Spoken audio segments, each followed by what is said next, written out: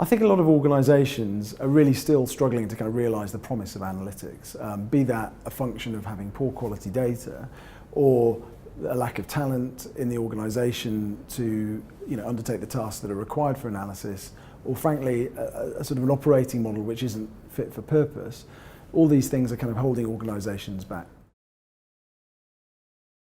A lot of organisations come to us and say, what's the best operating model for analytics? And the reality is there is no one right answer. It's essentially a set of balances and trade-offs that you need to make between centralisation and control and federation and empowerment of analytics across the organisation. Centralising is quite an intellectually appealing approach because you can get it all organised in one place and get it nicely structured. But the reality is if you try and squeeze the capability too tightly into one place, it will crop up in other parts of the organisation, but just sort of behind closed doors. So total centralisation doesn't work.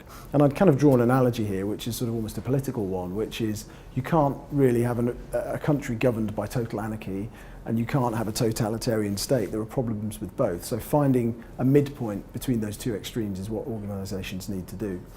So what we find is that an element of centralisation and an element of control around data and data structures is important. What you don't want people doing is kind of breaking data models or meddling with data in a way which is going to cause problems for other parts of the organisation. But what you do want, absolutely, is to empower as many people as possible to have access to the data and to be able to analyse that, because guess what? Two brains are better than one. So I think putting all this together, the sort of model that we see working is kind of almost like a virtual centre of excellence, whereby the analytical talent in an organisation has a natural home, but it is sent out to work in different parts of the organisation to tackle particularly different problems. And as I say, all the data aspects, so the data model, the data structures, these are things which are very much locked down and controlled and governed, so that, as I say, you don't create lots of disparity between different data sets across the organisation. A lot of organisations, in seeking to grasp the promise of analytics, have gone out and hired data scientists.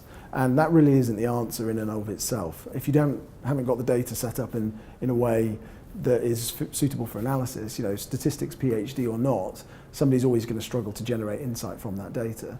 What's more, in the absence of a well-structured operating model, talented people will quickly become frustrated if they're bogged down in doing legacy reporting or struggling to cope with the level of demand there is for their time. Data scientists are invariably very intelligent people. They're people who are very intellectually demanding and want to be tackling really difficult and challenging problems day in, day out. They're also people who need a structured career path, and they need to be able to see that they're developing their skills and working with the latest tools and technologies. I think when you're doing an analytics project, it's really important to make sure that your message is boiled down to a very simple communication in the final instance. I was talking to somebody from a military background recently, and they were saying the higher up the organisation you had to go, the more simplistic your messages had to become. So ultimately, if you were talking to the most important man, you were speaking to effectively a 7-year-old in terms of the way that you were using language.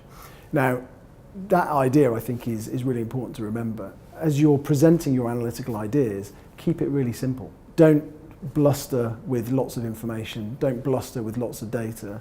You really need to remember, what is it that matters to this organisation, and what are people going to be able to remember when they walk away from this conversation?